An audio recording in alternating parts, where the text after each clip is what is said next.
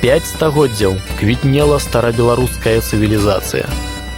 Старадаўнія беларусы-ліцвіны валодалі багацейшай музычнай культурай.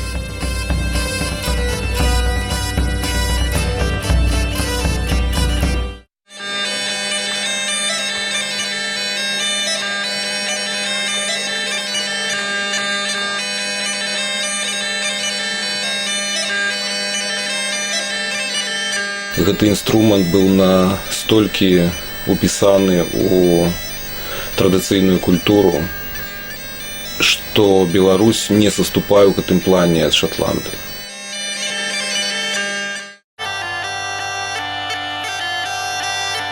Дуда – беларуская валынка. Духавы язычковы інструмент, які ўпамінаецца ў старабеларускай літаратуры ўжо з 15 стагоддзя.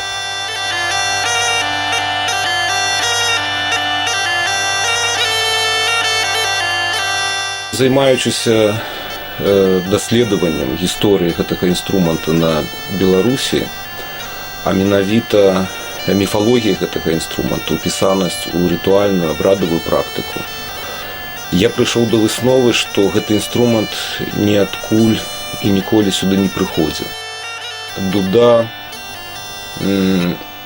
нарадзілася і нараджалася на гэтай зямлі ад самых пракаветных часоў.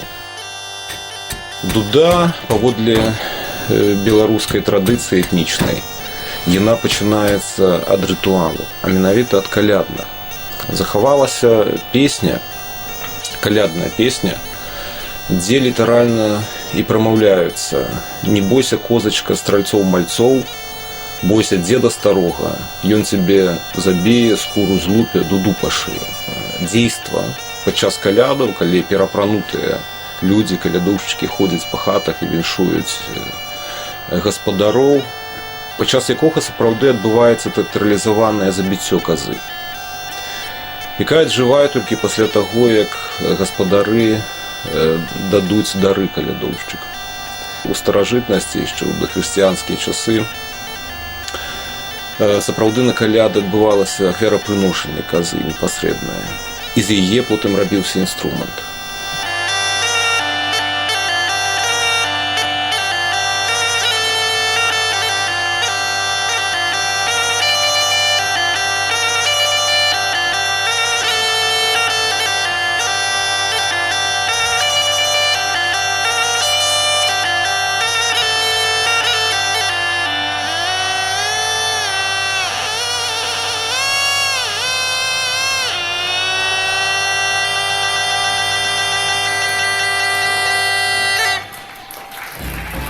Дуда – это символ гармонии мира, символ гармонии, умиротворения богов.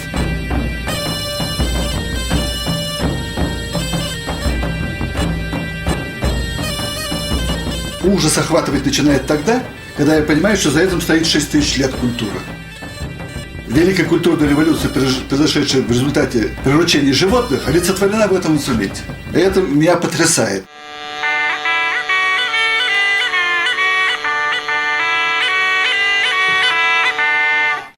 Відавочна, што былі сем'і, якія культывавалі гэты інструмент. Па некаторых звестках рагаўні захоўваліся ў сям'і дудара і перахадзілі да сына. Таксама сведчыць пра тое, што дуда канчала свой век, сын павінен быў зрабіць дуду, напрыклад, і скарыстацца гэтымі рагаўнямі. Это нейкая каставая, ўжо народавая традыцыя. Таксама можна сказаць, што дуда граў толькі год, і на каляды рабілася новай кожны раз. А так дуда вешалася на дуб альбо разбівалася аб дуб. Яна служыла цэлы год, і рабіўся новы інструмент.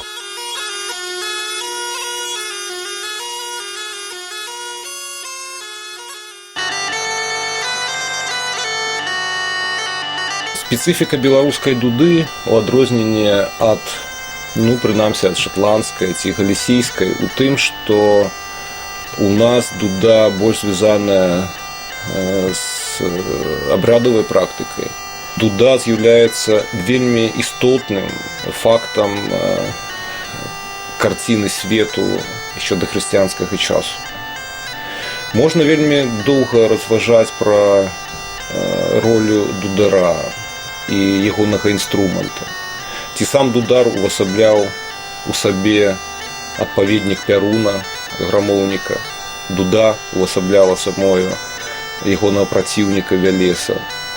І разам узаемадзейнічаючы, так, яны адтваралі вось гэтую сакральную прастору.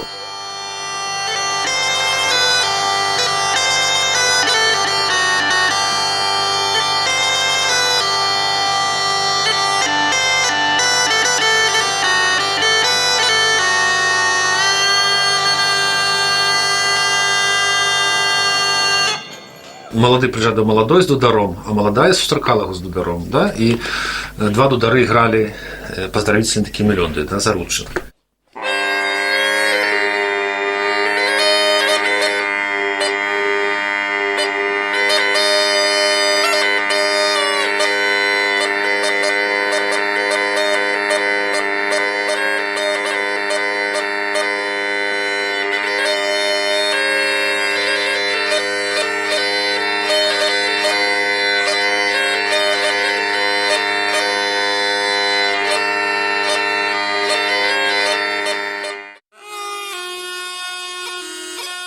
Упершыню беларускую дуду намаляваў шведскі падарожнік Олафс Магнус.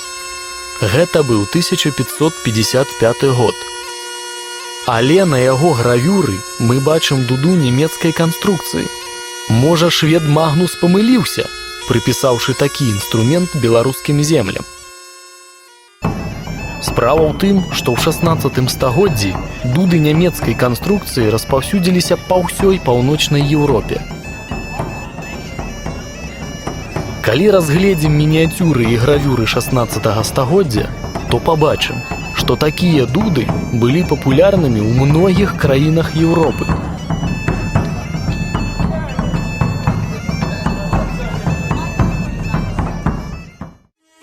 Аказваецца, у падрыхтоўцы кнігі Магнусу дапамагаў ягоны сябра, шляхціч з-пад Вільні Мацей Гідройц.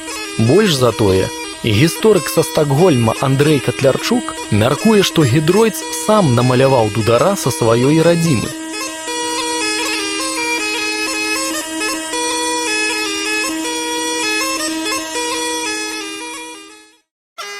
Пад гравюрай Магнус падпісаў: «Музыкі сваёй ігрой так прывабліваюць медведзяў, што тыя выходзяць з лесу.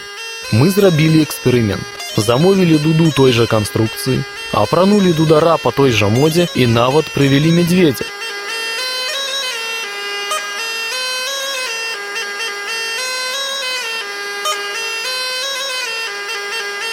На дзіва, медведь не толькі не спалохаўся, гукі дуды яму падабаліся.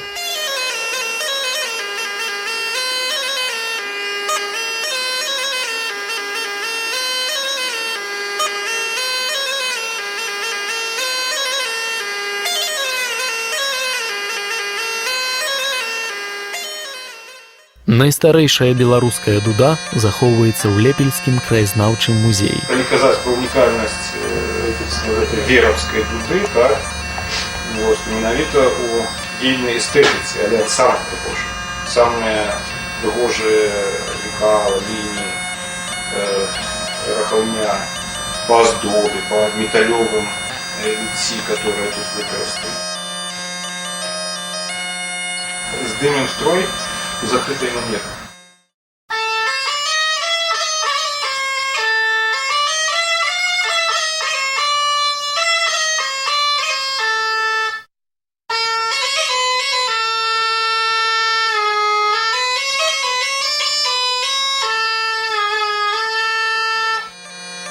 Ён хутчэй за ўсё граў разам са спевам.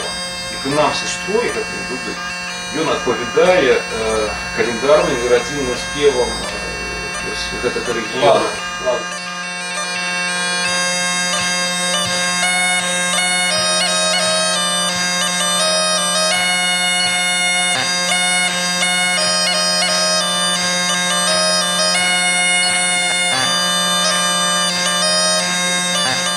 Это был инструмент, без якога духовно не мог жить сам музыка.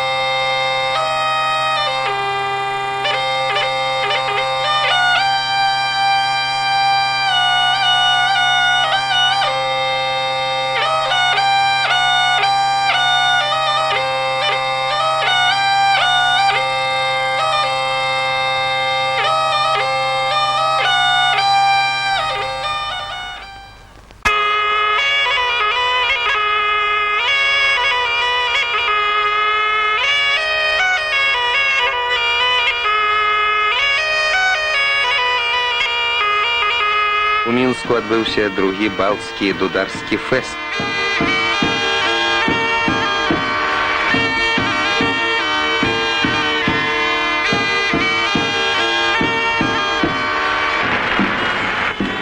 Свое майстэрства грання на старажытным інструменце дэманстравалі музыкі з Літвы, Швецыі, Шатландыі, Беларусі.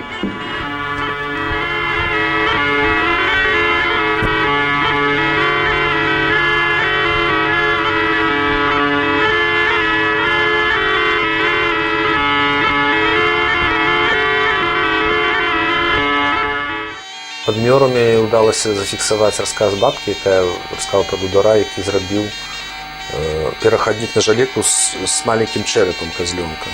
Тут быў чэрап проста ўмантаваны, і з чэрапа выхадзіла жалейка.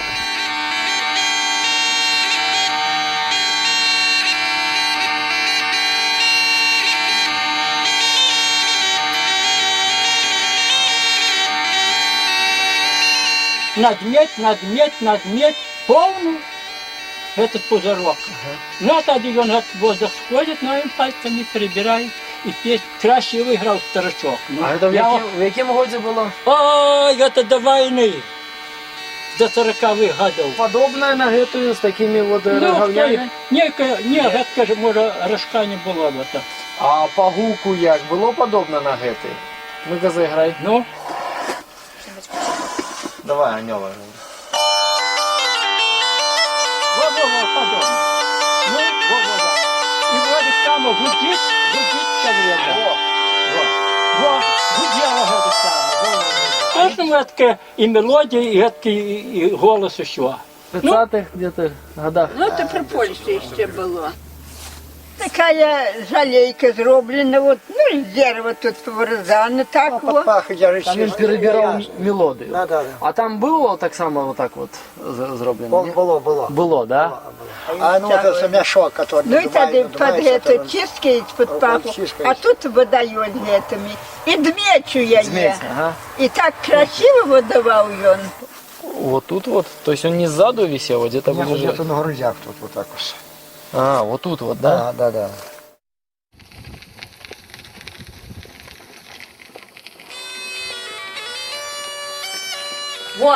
Вот такий у його був мішок, вот так, як грушина, вот такая во. Вот это во у його такая, точно подобие, як это його, наверное.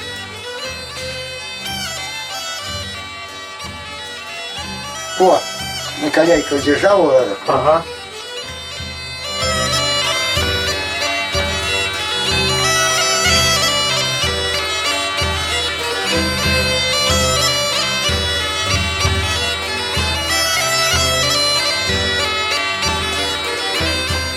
Музыка дудовая у нас, она ничуть не горшая, чем те самые Ирландии и Шотландии, нават некоторые цікавейшие и значно больше репертуару.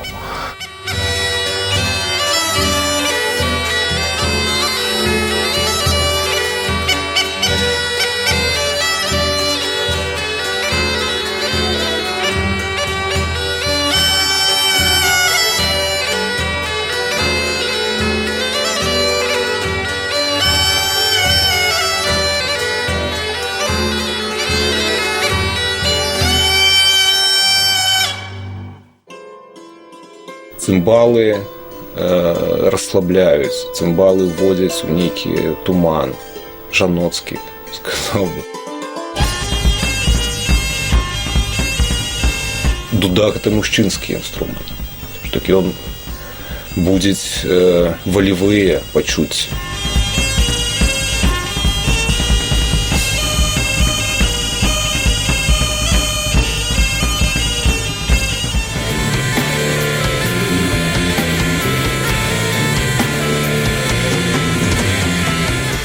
Цяперашні час ён тым цікавы тое, што дуда ўваходзіць у склад гуртоў, якія граюць музыку самую разнастайную. Гэта і музыка сярэднявечная і постфальклорная, прысутнасць дуды ў рок-гуртах.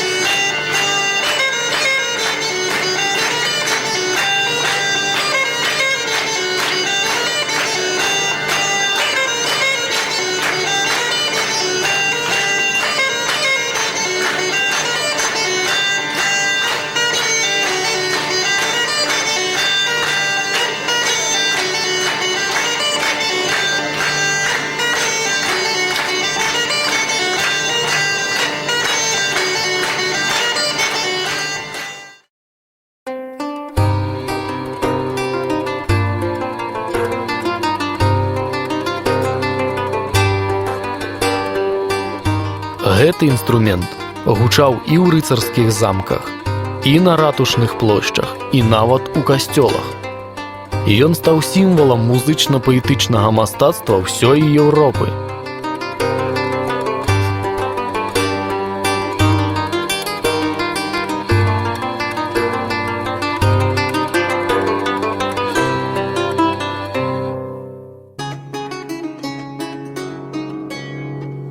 Гук лютні не падобны да гуку ніводнага з вядомых мне інструментаў. Пры тым, што ён вельмі ціхі і лютня не валодае вялікімі дынамічнымі і тэмбравымі магчымасцямі, гэты гук вельмі цёплы, вельмі прыемны, ён зачароўвае слухача. Как говорят современные лютнисты, очень интересно, вот мне посчастливилось вот общаться, скажем, там, вот, с некоторыми из них, например, Брайан Райт, он так философски сказал, что гитара, ее звуки направлены вовне, в зал, они обращены к слушателю, а звучание лютни, оно в первую очередь обращено внутрь самого человека, на ней играющего.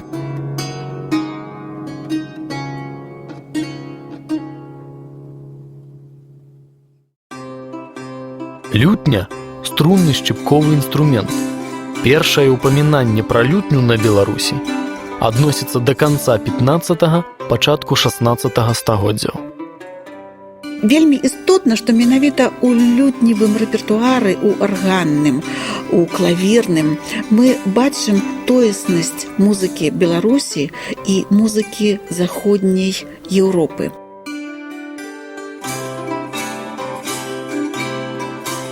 Прозвішчы забытых сёння беларускіх лютністаў гайдалотаў вяртаюцца з нябыту.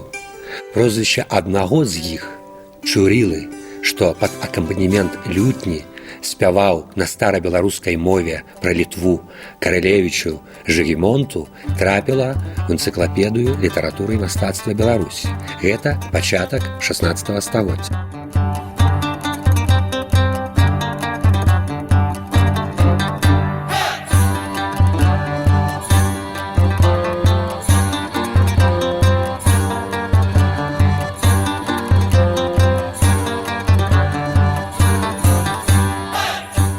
Лютня сопровождала людей и в каких-то боевых действиях, и в походах, и ее можно было найти в хижине ремесленника и в дворцах знати. Так как сейчас, наверное, сложно найти семью, где не было бы гитары, а также тогда, наверное, и практически в любой хижине можно было найти лютню.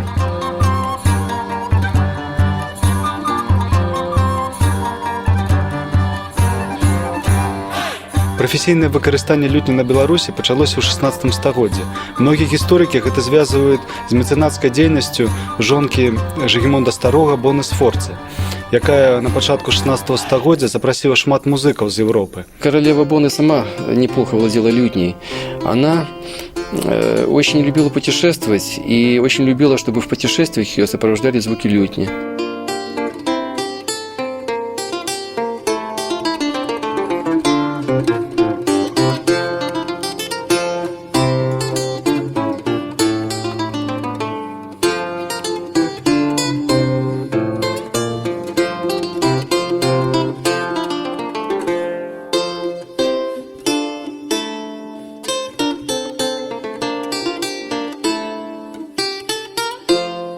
Первый инструмент этого семейства, вернее их корпуса, делали из панциря черепахи или из тыквы, которые обтягивали кожей. Вот. А в более позднее время мастера стали изготавливать корпус из дерева. Обычное вот количество ребер может от 11 и может быть в сторону увеличения, бывает и больше. Вот. Вторая часть лютни, которую я упомянул, это гриф. Ну и корпус завершается тем, что приклеивается сверху, значит, самая важная деталь – это верхняя дека. В первую очередь от верхней деки, от качества дерева зависит качество звука будущего инструмента.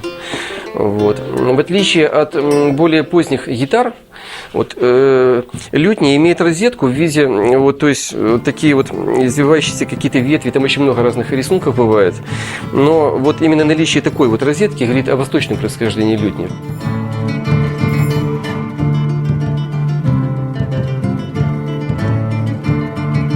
лютня адыгрывала таксама вялікую ролю ў аматарскім музыцыраванні. І гэта можна зразумець, напрыклад, з успамін менскага ваяводы Кшыштафа Завішы канца 17 стагоддзя, які пісаў, што ён ладзіў нейкае ў сябе дома свята, і было шмат гасцей, і дачка суддзі вельмі добра музыцыравала на лютні. Сярод слуг і челядзі Завіша згадвае музыканта Былінскага, лютніст і скрипач, надзвычай добры чалавек.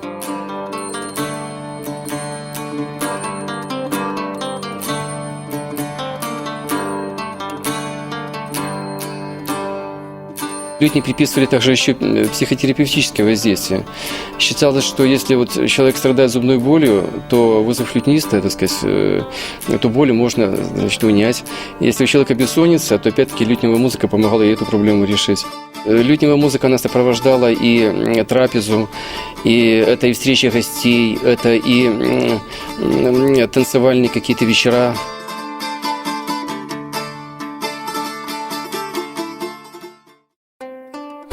Лютня стала улюбёным інструментам і беларускай шляхты, і беларускіх гараджанаў. Упершыню лютнепадобны інструмент намаляваны на Беларусі псалтыры першай паловы 16 стагоддзя. Рэнесансную лютню бачым на тытульнай старонцы музычнага зборніка 1588 году. Паэт выконвае свае вершы пад лютню на гравюры 1618 году. Музыка грае на барочнай лютні ў віленскай гравюры 1644 году. Шляхціч у хатніх умовах займаецца з лютняй на малюнку 17 стагоддзя. Гараджанін з лютняй на гравюры Александра Тарасевича 17 стагоддзя. Для лютни писалось огромное количество произведений. Все дело в том, что тогдашние музыканты, в отличие от современных, они должны были совмещать в себе и композиторский дар, и дар исполнителя. Это было непременное условие.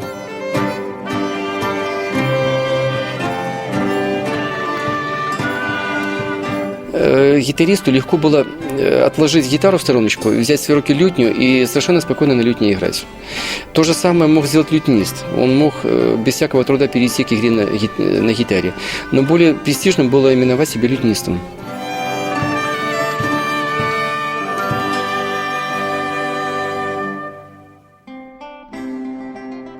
Сярод буйных лютністаў заходнееўрапейскіх, якія жылі і працавалі ў Беларусі, венецыанскі лютніст Дэмет Катон, які з 1601 года служыў у літоўскай гродзенскай капэле. Заходнееўрапейская паэзія 17 стагоддзя услаўляла музычнае майстэрства Антуана Галу Данжера, французскага лютніста, які памёр у Вільні. А вось у сярэдзіне 18 стагоддзя пры слуцкай і нясвіжскай радзівілаўскіх капэл служыў славуты чэшскі лютніст Йозеф Когут.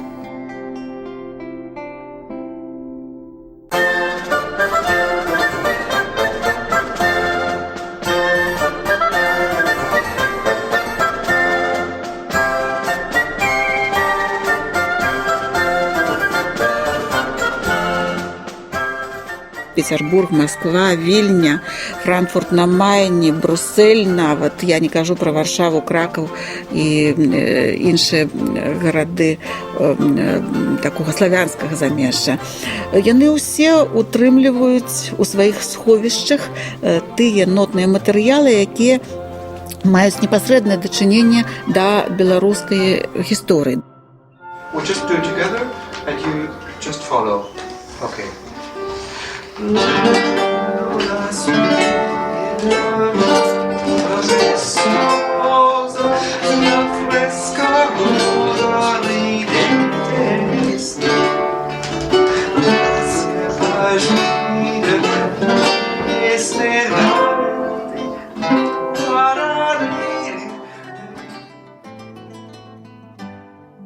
Это инструмент полифонический, на нем можно было исполнять многоголосие, на лютне аккомпанировали пению.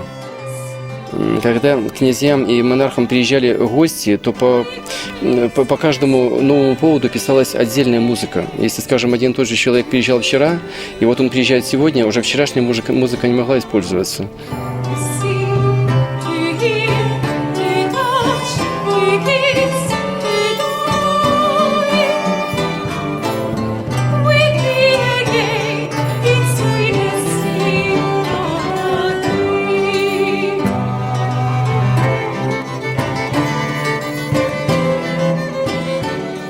У лютни очень крепкие корни белорусские.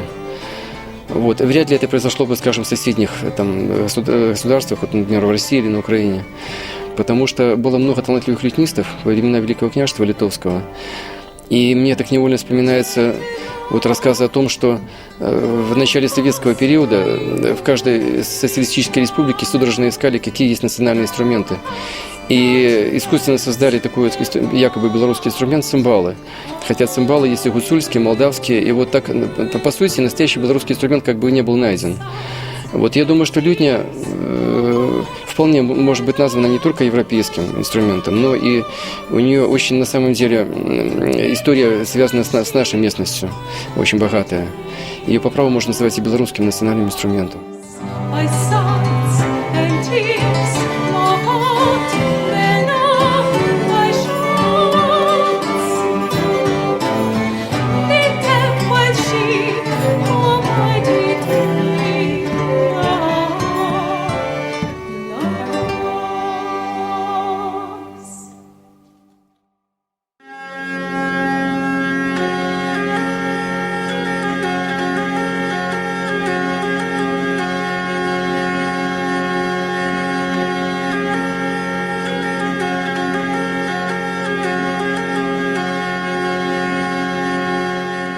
Колавая ліра – струнны смычковы інструмент, у якім ролю смыка выконвае кола. Ліра упамінаецца ў беларускай літаратуры з пачатку 17 стагоддзя. Колавая ліра прайшла на Беларусі вялікую эвалюцыю. Ліра гатычнага ўзору, ліра рэнесанснага тыпу, барочная беларуская ліра, гітарападобная ліра, ліра слуцкага тыпу. У Заходняй Еўропе яшчэ дасюль жывая традыцыя лірніцкая, але граюць на ёй пераважна танцавальную музыку.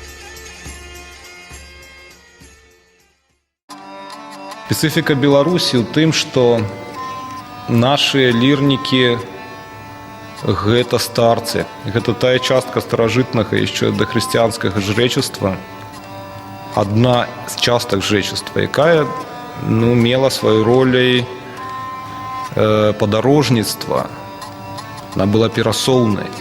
Яна хадзіла па землях, па святых месцах. Мąż na koniu jeździelny, czystek uzbrojony, wieży pędem miecz ostry, mając wyniesiony, na Moskala o pomoc nikogo nie prosił.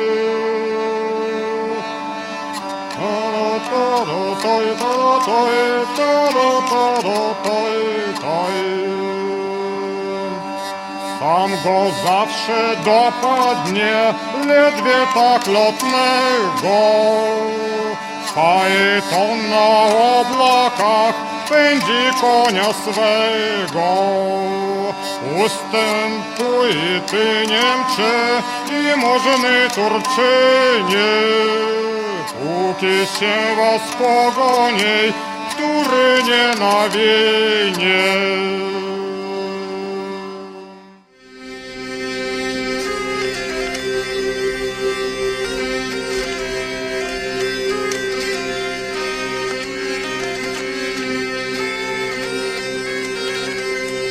Стараст таксама успрымаўся як дух, як пасланнік з неба. Это не быў чалавек. І прычым незалежна ад узросту. Это мог быць вельмі стары дзед, мог быць хлопчык малады. Это быў цэлы рытуал. Служба лірніка настаяла ў тым, што ён прыходзіў у вёску и обыходил все домы с молитвами о всех померших той родине, куда он заходил, до той хаты. Лірніцтва не было ад жабрацтва, это был стиль жыцця, это было пэўны светапогляд. І вельмі цікавая традыцыя, потому что старац сам по сабе это чалавек з там таго света, які прыходзіў і спалучаў той свет з гэтым. Далеко ж ад мяне, а я чуюся, разлюбі, жалеюць мяне.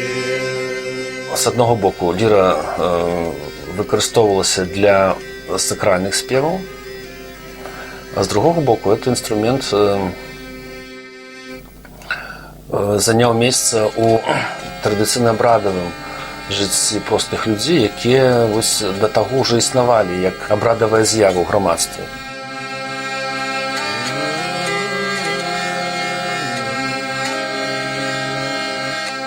І трэцяя лінія, дзе ліру мы можам бачыць, это светская культура. Не ляжы ветрополю між гор на разору.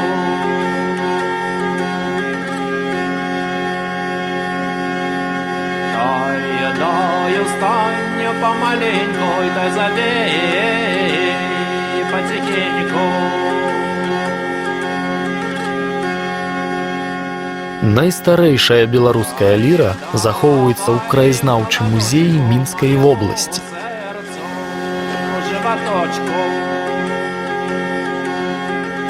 Гэта інструмент канца 19 стагоддзя. Маркуючы по калках, струн было 4. Одна тут, вот два трымальнікі гэтых струн, і дзве шлі у сам кораб. А от што цікава, што вось тут струны, якія шлі да кола, мелі перагародку. І прычым спявалі і рэлігійныя песні, гістарычныя нейкія. Тым не менш, па заказу, калі гэта была нейкая, можа, вечарынка, то і танцавалі на нейкія мелодыі. Колкам дабываўся гук на кожны рух клавішы.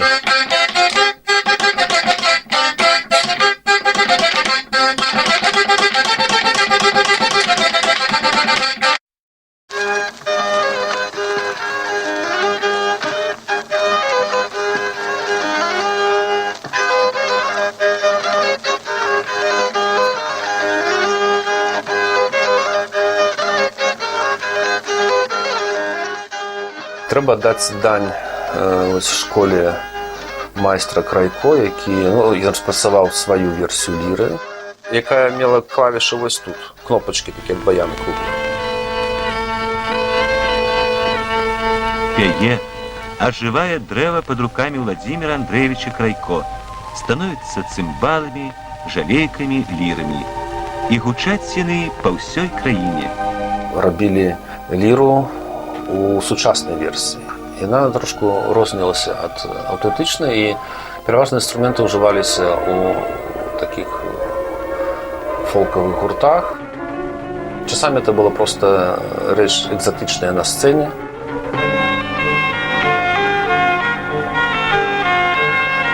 Ён прадоўжыў гэту сваю ідэю такой ліры пра свайго вучня Владимира Яковлевича Пузыню. Апантаныя у сваёй працы, у фальклоры, народныя песні. І вось удзячны тым людзям за тое, што яны таксама мяне ўзрушылі. Я адчуў сябе, што я беларус. Далі мне вось такое натхненне на ўсё маё жыццё працаваць у гэтай галіне. Першыя, хто зацікавіўся гэтым інструментам, хто вынес яго на сцэну, гэта былі песняры, дарэчы. У них была ліра, зробленая на узор барочны, што захоўвалася ў нашым музеі, да якой я ставіўся так, як зачараваны. Я не ведаю, хто ту ліру зрабіў, але на першых здымках песняроў эта ліра фігуруе. Скажи, Ганулька, а ты правду мне? А ты любишь меня, а ты?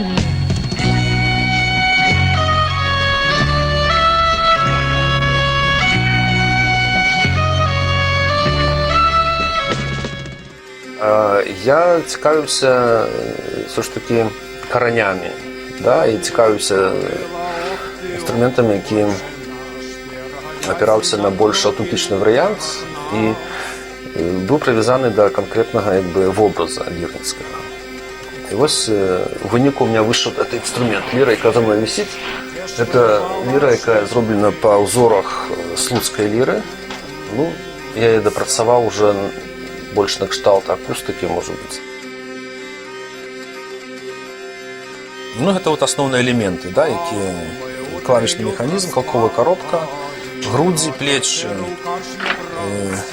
спод, ось накривка кола, корба сама з колом і ручка до корби. А меня приказываю раз, пекло ж не дочекается вас.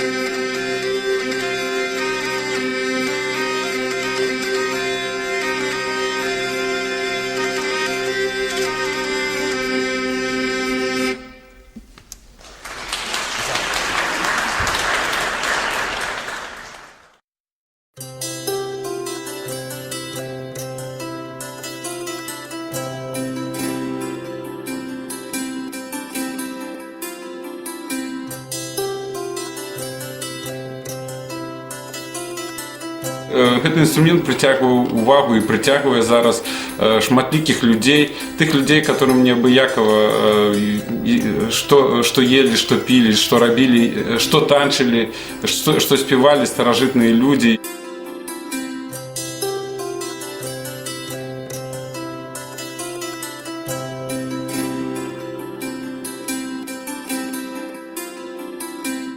Гуслі – струнны шчыпковы інструмент, які ўпамінаецца на Беларусі ўжо ў 12 стагоддзі ў сказаннях Кірылы Тураўскага.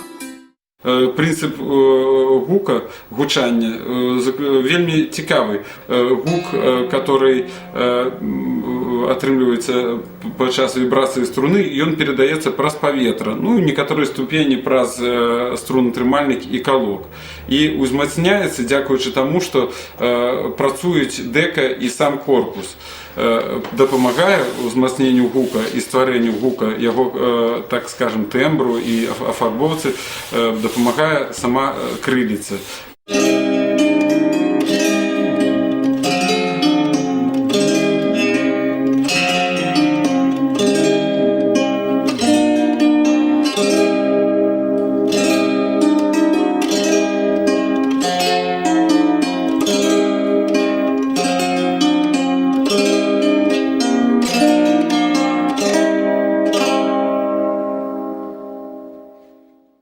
У антычнасці існавала раздзяленне па статусах двух тыпаў інструментаў. Духавыя былі звязаныя з экстатычнымі абрадамі, звязанымі з дыянісам, мэтай якіх было дасягненне нейкіх экстатычных станаў. Наадварот, струнныя інструменты былі звязаны ў антычнасці з Апалонам. Гэта арыстакратычная традыцыя і, адпаведна, музыка на струнных інструментах надавала чалавеку шляхетныя эмоцыі, спакойныя, ураўнаважаныя. Амаль тое ж самае мы знаходзім у беларускіх тэкстах традыцыйных песняў. Адзін з іх вясельны. Як дуда зараўла, усіх з розуму звяла. Як гуселькі загралі, усіх на розум настаўлялі.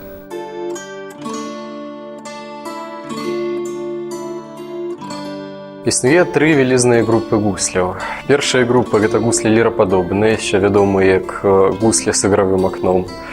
Другая група – гэта гуслі шлемападобныя, таксама вядомыя як гуслі псалтыр. І трэцяя група – гуслі крылападобныя. Найбольш старадаўнімі з гэтых трох тыпаў з'яўляюцца гуслі лірападобныя.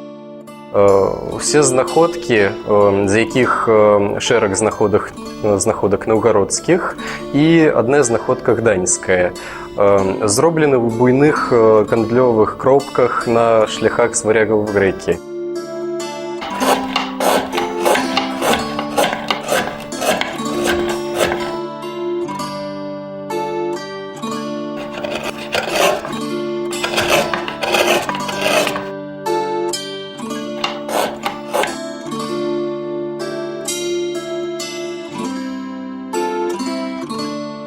Лірападобныя гуслі адрозніваюцца тым, што у іх в адрозненне ад усіх іншых тыпаў ёсць лірнае акно.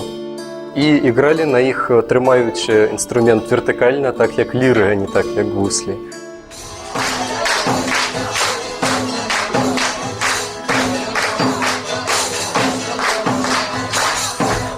Традыцыя лірападобных гусляў развівалася пад моцным варяжскім уплывам.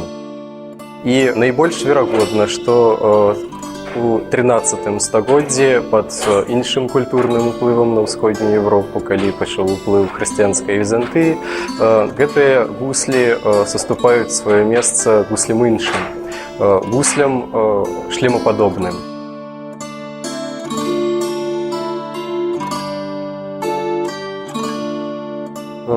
Гэты інструмент пакуль толькі ў выглядзе нарыхтоўкі. Гэта будуць шлемападобныя гуслі, прыкладна колькасцю на 10 струн.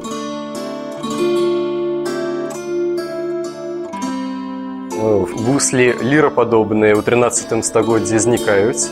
У гэтую вызваленую імі нішу трапляюць не толькі шлемападобныя гуслі, якія мы глядзелі нядаўна. Таксама в гэтую нішу трапляюць і гуслі крылападобныя.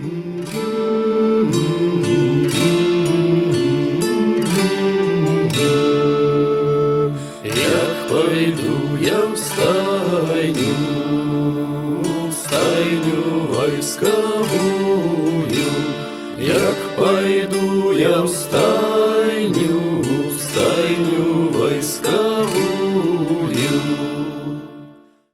12 стагоддзе. Ваўкавыск. 14 стагоддзе. Аршанскае Евангелле. 15 стагоддзе. Радзівілаўскі летапіс. Пачатак 16 стагоддзя. Віленская мастацкая школа. 1902 год. Віцебская губерня. 1927 год. Беларускія гуслі этнографа Прывалова. Беларускі гусляр з кнігі этнографа Прывалова.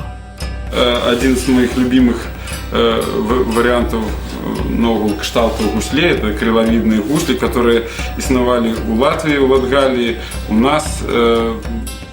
Маладыя людзі ва ўсе часы майстравалі такі інструмент, каб прыгожай ігрой на такім інструменце прыцягваць да сябе ўвагу сваіх будучых жонак. Гэта традыцыя апісана ў вясельных песнях, былінах, казках. Ёсць крыніцы яшчэ з 12 стагоддзя апісанай гэтай традыцыі. І мне пашчасціла таксама прывабіць сваю жонку, менавіта будучую жонку тады яшчэ ігрой на гуслях.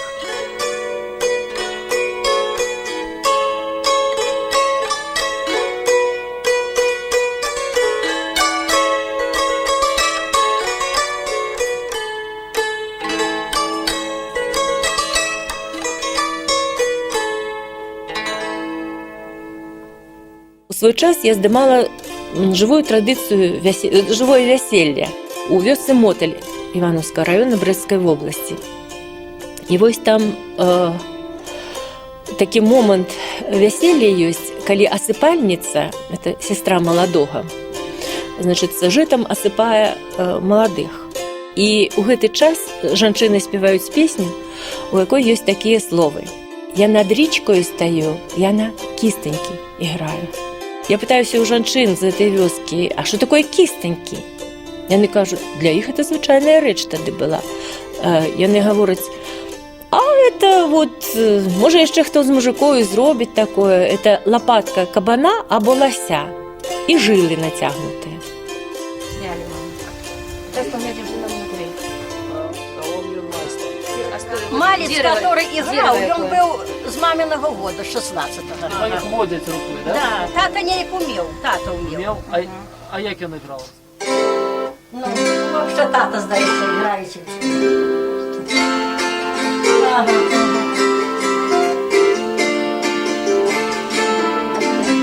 Гусли в своей сути – это простой инструмент. Это корыто долбленное из цельного ствола, вот, или там доски, пластина еловая и несколько струн.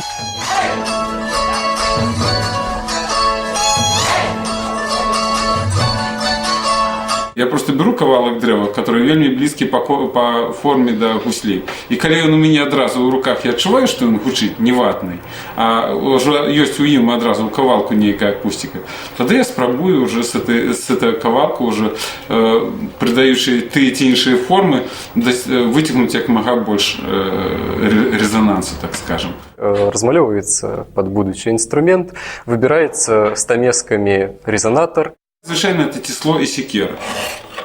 Калі інструмент мае пэўны выгляд, резонатор выбраны, наверх наклеивается дека, шукаем рыбе клей, розныя сталярныя клеі спрабуем. Калі зроблена адтуліна, уклеена дека, трэба разам вышліфаваць. Трэба яго напітаць чым-небудзь. Тут дадзены корпус напітаны воскам, звареным з каніфолію разам. Не страшно будет уживать в любых атмосферных умовах, потому что яны амаль што наскрозь пропитаны. Ну и все равно гусли не гучаць адразу. Не ведаю, як у каго. Ці это просто прызвычаиваешься до гуслей, до іх гука, ці яны на самой справе павінны набраць нейкіх пазітыўных вібрацый. Не ведаю. Вот. На самой справе гуслі гучаць, мне гуслі гучаць не адразу. Тыдзень, два, напрыклад, пасля уже пачынаеш разумець, ці гучыць этот инструмент, ці не гучыць. Гусли очень инструмент тонкий и не обладающий такой акустикой, каковой обладают, например, развитые современные акустические инструменты, оркестровые там, и даже, в принципе, классическая гитара. Если рядом поставить гусли и гитару, гитара просто убьет. Она задушит гусли своим тембром. Вот. Соответственно, очень хорошо гусли звучат с инструментами подобного происхождения, подобных акустических характеристик.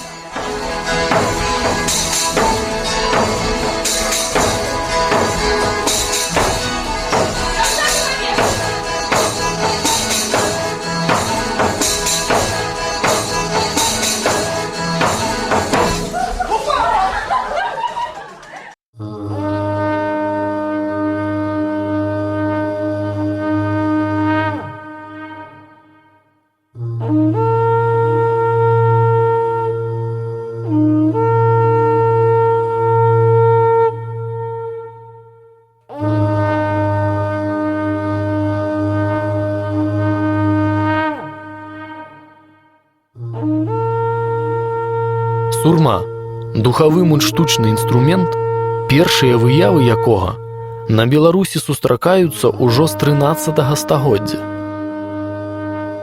Разам з роўнымі сурмамі існавалі і сурмы загнутыя, якія часам абцягваліся бяростай.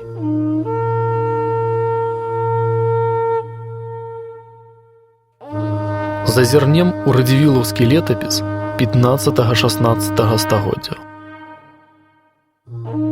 Тут сурма паказана як галоўны вайсковы сігнальны інструмент. Сурма прысутнічае ў падзеях, выключна звязаных з вайсковымі дзеяннямі.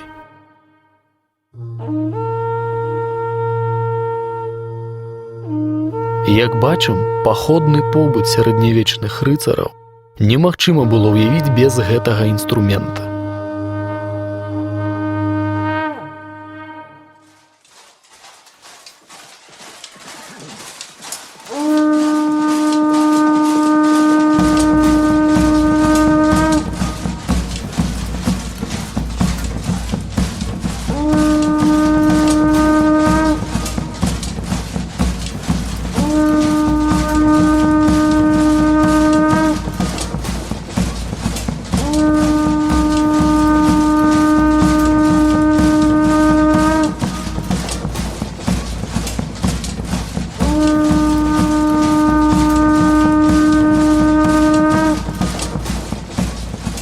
Але разам з роўнай сурмой у радзівілаўскім летапісе бачым і сурму выгнутую.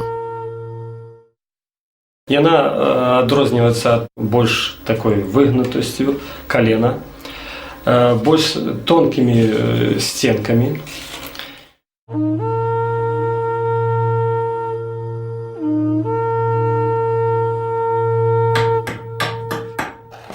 Сурмы на Беларусі майстравалі спрадвеку. 13 стагоддзе лаўрышаўскае Евангелие, 15 стагоддзе радзівілаўскі летапіс, пачатак 16 стагоддзя Віленская мастацкая школа, 1555 год забавы з мядзведзямі на Літве, 1595 год хроніка Марціна Бельскага, 17 стагоддзе гравюра ў гонар бітвы пад Кергольмам, гравюра ў гонар роду Тышкевічаў. Заўсёды успамінаецца моя першы інструмент сурма, вельмі цікавы інструмент. І вось надышоў такі час, калі сурмы увайшлі ў партытуру оперна-сімфанічнага аркестра. Это здарылася пасля таго, як мне аднойчы наведаў наш малады кампазітар Володя Солтан, калі ён пачынаў пісаць оперу Радкевічу «Дзікае паляванне караля Стаха». Я яму прапанаваў увесці ў аркестр сурмы. І калі была прэм'ера, это оперы дырыгент Александр Анісімов, то добра ўспрыняў і глядач, і аркестр, і салісты оперы. Мне, як майстру, было прыемна, што беларускай оперы загучаў наш інструмент.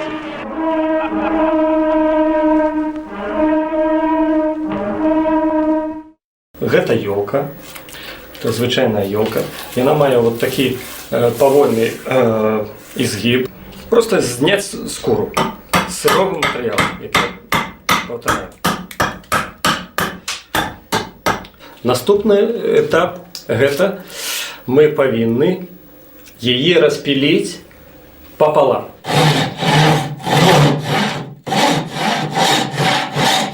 Мы павінны выбраць в этих двух паловах адтуліны.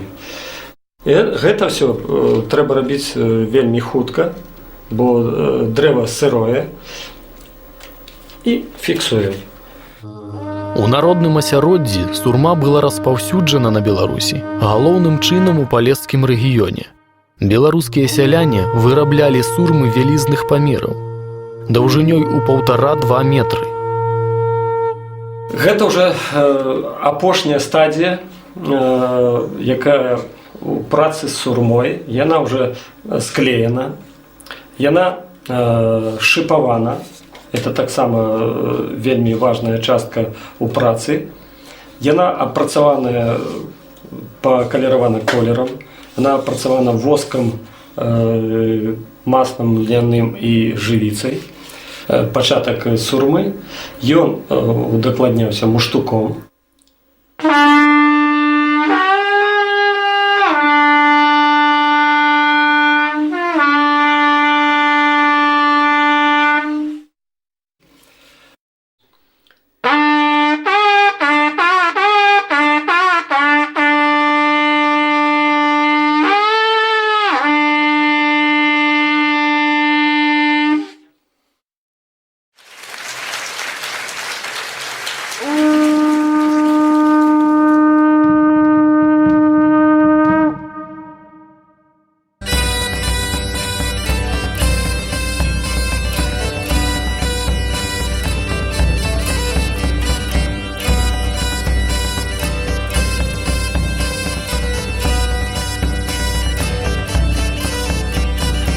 Пяць старадаўніх інструментаў, 5 характараў, 5 гісторый.